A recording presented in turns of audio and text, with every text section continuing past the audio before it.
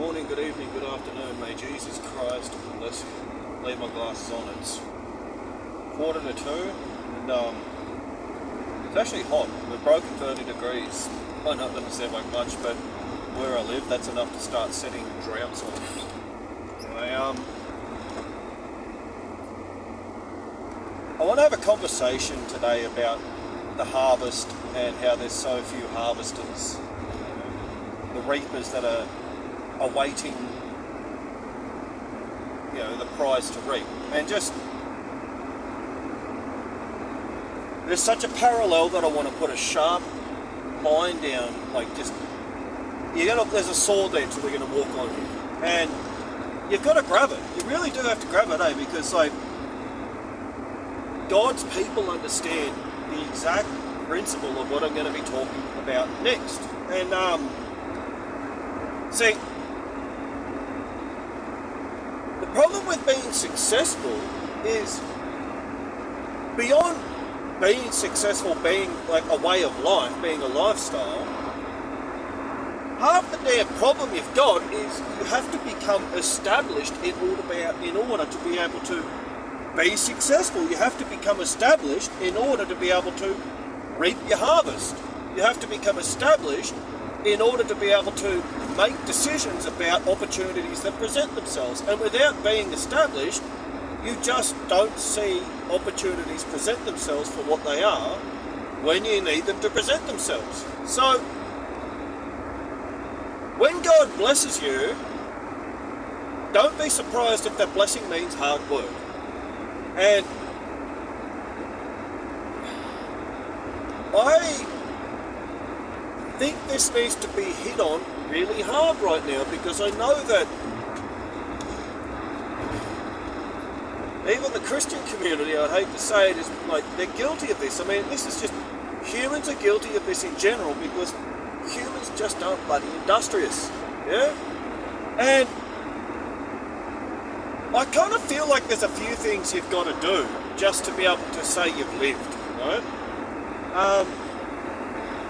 And what's funny is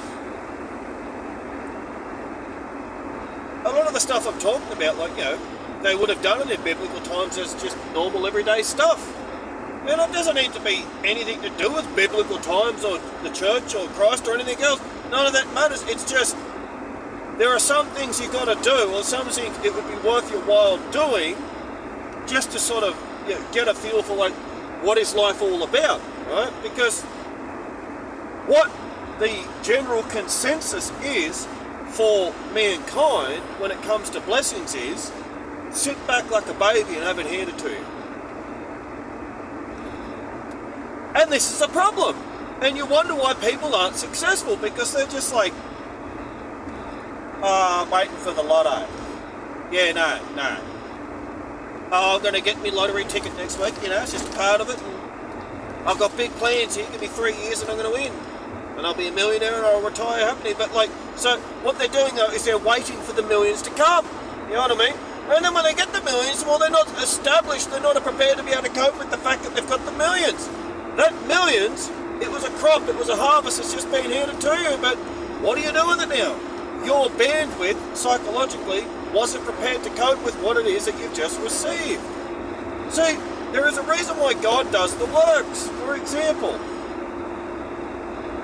you would think that it's madness that I went through all that I went through with personal training and bodybuilding and nutrition and all the rest of it to move on from it and never serve a client after,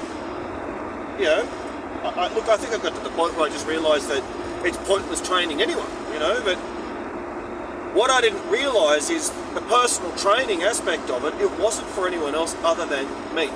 And that's not for me to be selfish, but I wouldn't be doing what I am right now in the industrialist manner that I'm doing it if I wasn't a personal trainer. I wouldn't be doing what it is I'm doing right now in this industrial manner if I didn't lift the weights that I had lifted. I established a foundation for myself to be able to work upon. And with that foundation, I have the knowledge available to be able to ensure that when I do the work that I do, I don't end up bloody injured. See, You can't just do the work that I'm doing without first of all putting in 10 years of hard work, physically, emotionally, and mentally, spiritually. You've got to establish yourself into the person that you need to become. You know what I mean? Like, you don't just wake up one day as a shark in the ocean. No. You got to get out of that damn puddle that you've been in your entire life, and then when you get out of that puddle, don't expect the ocean to be kind to you, and then what you've got to do is survive. And hopefully not die until you actually get to your purpose. And then once you start to function fully in your purpose, like, what do you think the purpose is? What, sitting back with your lottery tickets waiting to win your millions? No. God put talent in these for a reason. And that talent puts you around special people, and those special people are willing to pay for your talent to do whatever it is you do. Fortunately, no one else could do what it is I do in the manner that I do it. And I do it, well, I'm not saying easily, I do it very professionally, and it's actually quite profound what I do and the manner it's done and the level it's done. I'm like, and I don't get any help doing it. But there is a reason for that, because my not getting the help was actually to force me into the deep end, so that I would grow into the person that didn't need the help, so that whatever it is that God's got me that I need to do next, you know what I mean? The training needs to be harder than the game you play. So I've been trained to be able to play the game properly. Anyway, so back to, because the planet is just full of grim reapers. No one wants to reap. They just want to sit there and have it handed to them so they can then go and spend it. Like, so how could God bless you? Or, if God has blessed you, have you missed the blessing?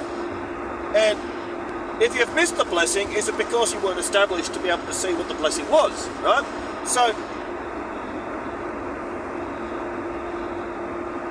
I'm going to give you a great example. This is just one of many. If you were to be driving along a road and you look into a paddock and you see a dead cow, what do you think? See, I look at its legs, right? And its legs, what do they mean to me? What's the meaning of that dead cow? What's the meaning of its legs?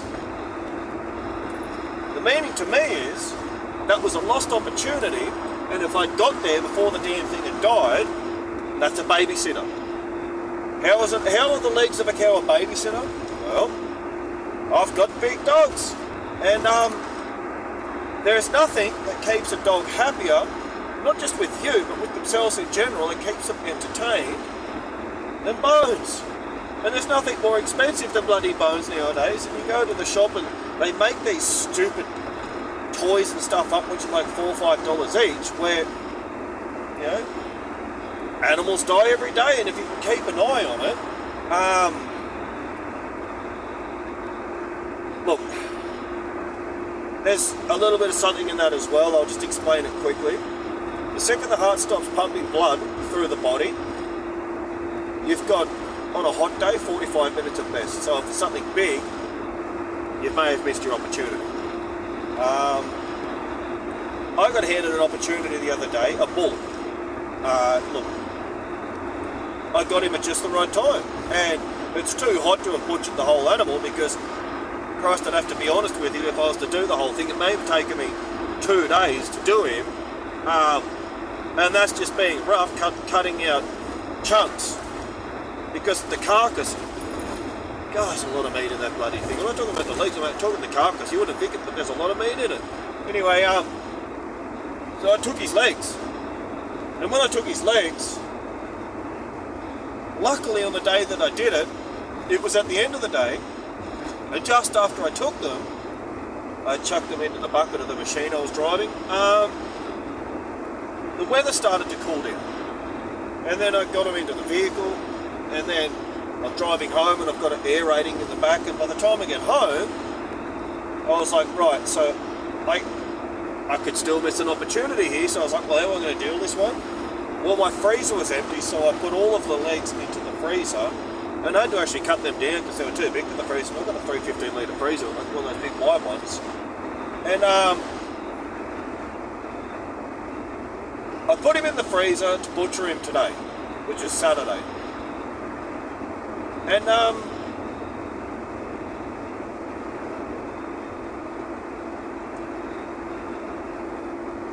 I had to get up at daybreak. Now, that was just a Christmas gift for my pets, and it was from God. But what I want to get at right now is, if you were driving along and you saw a dead animal, would you see it as pet food? And if you saw it as pet food, would you have the know-how to be able to actually butcher the animal? Which then comes back to what I was talking about at the beginning of this conversation, which is there are certain things that it is worth your while trying to get involved in and actually doing a couple of times. Look, you want to go fruit picking at some point just to see what it's like to pick fruit, and then have to organise it into its boxes and then actually get it into its cool rooms and get it dated and do all the other things that you've got to do. A bit of manufacturing, a bit of processing, drink making. That's another one that you might want to take have a look, go and have a look at.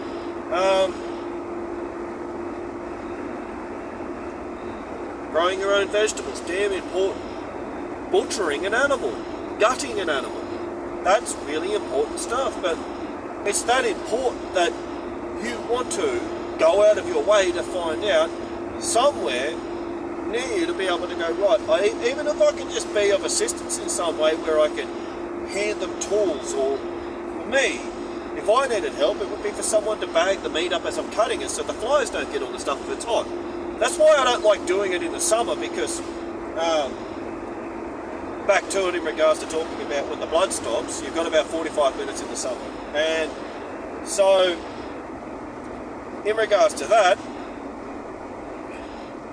because you've got flies, I'd hate to say, guess what your fly screen is when you've got to just do it in the shade when you're doing dog food? It's the rotten meat and the skin that you want to be putting in a pile that's just off from you, which is more attractive to the flies, so at least you've only got a few flies near your meat. Unbelievable. We're not talking about human consumption here, we're talking about meat for dogs, so it doesn't matter because, you know, you're going to throw the bone on the dirt anyway, aren't you? Anyway, back to it. So, you want to go out of your way to go and butcher an animal or something. Probably wouldn't hurt to just go out and just get involved in farming in one way or another. Look, going hunting at some point, going fishing, a bit of recreation of some description.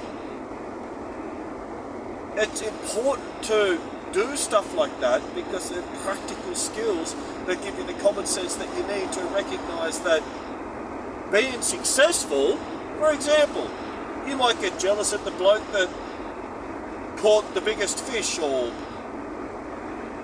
if they were hunting wild pigs or something, got the boar with the biggest ivory or something. But for that man who caught the biggest fish, look, didn't he have the boat? Didn't he have all the gear? Wasn't he completely established, which allowed him the opportunity to be able to pick the timing, and he had the right timing and he was in the right place at the right time to actually catch the animal. And then to actually catch the animal was hard work. Just like the person with the big pig that had the ivory on it. Like, didn't he have to spend probably the last couple of years getting himself established with, you know, the vehicle, the bikes, the dogs, creating the relationship with the property owners, all the rest of it. Like, this is the problem with humans. They just want them all handed it to you, and it's like, you don't recognise that, like, it takes a couple of years to become established in the direction that you're trying to head and to be able to start to be successful in the first place, because you've got to create your trade routes. You've got to have, essentially, your tools. You don't want to be relying on your boss to buy you tools. You want to actually see you purchasing tools as the best gift that you can give to yourself at any given moment, because guess what happens? He with the tools gets the work. It's your tools that open up the opportunities for all the jobs that come along, and if you don't have the tools for the opportunity, go and buy the damn tools so you then take that opportunity on as well. Because there will come a point when you then all of a sudden you're established. You got all the gear. And then with that, you're in demand. And not only that, you can run a pretty cool operation. The operation that I'm running at the moment is just, great. You know, but do you think I would have done that if I didn't spend the last 2 years spending? Because it's not like I'm spending because I'm some sort of, you know, idiot that loves to spend money. It was deliberate spending on calculated things in order to ensure that I had the established gear to be able to get the job done. Because for me, what I'm doing is actually, I enjoy doing what I do, and me spending money on it is just allowing me the opportunity to keep doing it and deepening what it is that I can do within the parameters of whatever it is that I am doing. You know what I mean? I've got a bridge I'm waiting to build. Sorry, not one bridge, 2 bridges. Isn't that fucking cool? I've got 2 plasma cutters. I think I've got 8 welders now. Oh my goodness. All the oxy gear, all the engineering gear, you name it. I've got a machine that can lift up to 10 tonnes for us if need be. Just, at the moment, it's irrigation, so I'm rebuilding a set of pivot at the moment. Fixing the water maze, but to be able to fix the water maze, you've got to have the equipment, the machinery to be able to dig the stuff up, and then you've got to have the actual fittings, and the fittings to access those. Like,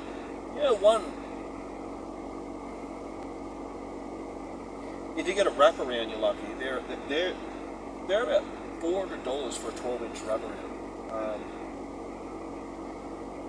But if you need to replace sections where you need a section of pipe and then you've got gear bolts at either end, you're looking at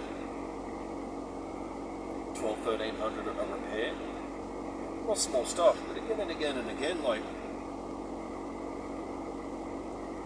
I remember hearing this conversation once where, like, life is circumstantial. Like, I use it like a gun, for example. So, most humans will be shooting slug gun pellets, and the super successful shoot elephant gun bullets like they're slug pellets. They function on a different level. People use tiny little screws to do jobs. The super successful use big bolts to do jobs, you know what I mean? Just developing and going onwards and upwards and becoming industrious to the next level, but which all just ties into the whole accumulation of what this has been spoken of here. I'm going to pull up here soon because it's hot. I've got to get the vehicle and the dog and everything out of the sun. When God blesses you, don't be surprised if it's a harvest and you've got to go and reap it. And don't get upset if that's the case. And don't expect that God's just going to go, here you go. I mean, yes, you may have houses that other people built, but again and again, you've got to look after it. It's not a case of like, oh, here's a present, yay, chocolate, let's eat it and shit everywhere and then get sick in the stomach and then wait for someone else to look after us. No. Your rewards will come with responsibility. Essentially, you're just going onwards and upwards to greater responsibilities and bigger things to clean, ultimately. But that is what it is. So, that is something that really needs to be understood, and is to give you a better feel of the fact that it is worthwhile taking yourself seriously and becoming established in the skill sets that it is that you have. Stop relying on someone else to get the tools that you need. They're not going to help you. You're going to help yourself here with this one here, and you need to take yourself fucking seriously because you are the business that's going to give you the life that you truly desire. And if you take yourself seriously, guess who else takes you seriously? God. God will meet you. God will present the opportunities for you to just make sure that like you're not having to always go out of your way to find them. And you'll get to the point where once you're in the slipstream, you're no longer looking for any opportunities because you're just following the path that the Lord puts out for you daily. I'm going to go and have a nap. Even just cutting up that animal into like 1-2 kilo slabs, and then, so talking about established, a part of being established is when you've got it, see I've got the meat saws, I've got the band saws, I've got all the different knives and stuff, I've got the meat grinders, I've got the gear, got the right benches, and then plastic bags, then you have a look at plastic bags, and so not only whilst you're shopping are you buying stuff for yourself to eat, like you're looking down those little aisles to see if there's any specials, or if there's particular bags in them, there's a type of bag that you want to use, and like,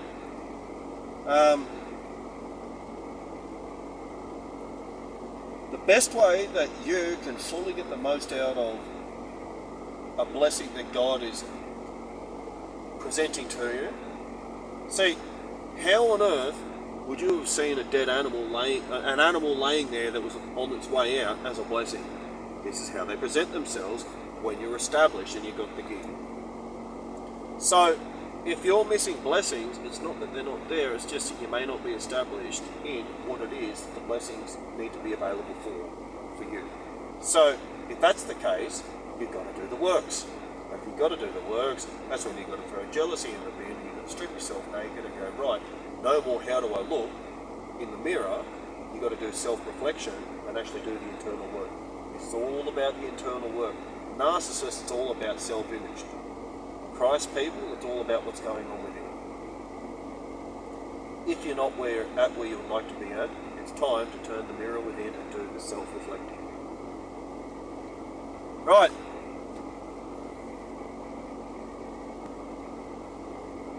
Now, because I alchemised that animal. And alchemising, that is what it is. I just want to give you a couple of examples. Sodium bicarbonate is one for you. So sodium bicarbonate is the dry form of hydrogen peroxide. I think it's sodium bicarbonate. Anyway, so that, like a 1 kilo tub of that in, say, 1,000 litres of water creates 1,000 litres of hydrogen peroxide. Now, if you bottle up 1,000 litres of hydrogen peroxide and put it in little bottles and put a price tag on it, how much did 1,000 litres of water cost you? How much did the sodium bicarbonate cost you? That all bottled up, all of a sudden you've got a product that's worth, what, $20,000, $30,000, $40,000. Alchemising the raw material. So, with the beast that was sitting there, I actually saw 400 to 500 kilos of meat. And when I see 400 to 500 kilos of meat, and you have a look at the actual meat manufacturing process and how much dog food costs on the shelf, all of a sudden, you start to go, rightio, so one of those bull bones, which for me is big, one of those bones is 13 or 14 bucks on the shelf. Unbelievable. But not only that, the meat itself, how much is steak at the moment per kilo? So when you're looking at it at a per kilo rate, and then you start to go, holy shit, so as an opportunist, there's about 350 kilos sitting there, so let's just say it's like, who knows, that shitty chuck steak. I don't eat meat, I'm a vegetarian, this is just for my animals, just like, it's like $13 or $14 a kilo, so let's just say it was $13 or $14 a kilo, so we say 350 kilos just now. What's that? A couple of grand worth. So you got a couple of grand worth of dog meat because it took half a day out to butcher up something. See where the opportunity sits? Your opportunity sits within how do you alchemise a large raw material and put it into the small products that give you the result that you're looking for. We could go on for hours. That's me saying Merry Christmas to you. I hope this helps you. And it's time to start alchemising the way you think and seeing the raw materials that are presented to you as opportunities and going, right, what can I do with this? How will that turn into something that can benefit what it is that I'm trying to achieve with where it is I'm heading? What does that all do for me? It's a dog meat for the next 5-6 months. Plus, I don't have to pay a cent for dog meat. So I haven't just saved the money. So then all of a sudden, that's where, when I saw this opportunity in the first place, and I was like, oh, there's a few grand sitting just there, I might go and buy a $1,000 freezer, because I'm still ahead. Alchemising the raw material. God loves you, Jesus loves you, may the Holy Spirit bless you and guide you, and have yourself a really good rest of the year.